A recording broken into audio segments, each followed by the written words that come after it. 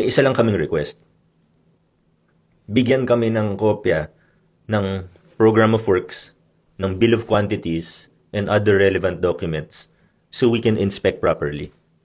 So, ibig sabihin, dapat Sa ngayon ba di kayo kahaba. nakakakuha ng ganun? Wala kaming copies. Wala Pero kaming hindi ba access. dapat ang local may access sa ganun? Any project na gawin ng DPWH sa kanila? I would argue yes. Oo. Dapat sana meron.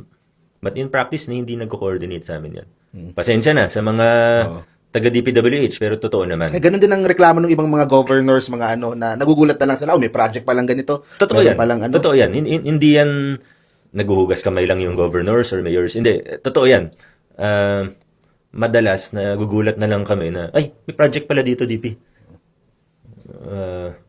Which is, ano, Totoo binanggit yan. niya ni Yorme kahapon, which is, mahirap din kasi kayo gagawa ng traffic plan pag merong mga project. So, dapat aware din yung LGU doon sa lahat ng mga gagawin na mga proyekto sa syudad eh. At ako, Mayor, meron din akong iniisip na suggestion din eh. For lahat ng mga contractors, for example, ng mga malalaking projects ng DPWH, parang at the very least, yung transparency, kung magkaroon man sila ng mga Facebook page, kung saan lahat ng mga proyekto nila, doon sila mag-update, ito yung mga ginagawa namin, ito yung nasa ganitong stage na kami, nasa halfway na kami, ito yung maganda nga siguro yung may-ari din and yung mga financials kasi wala ka naman dapat itatago eh.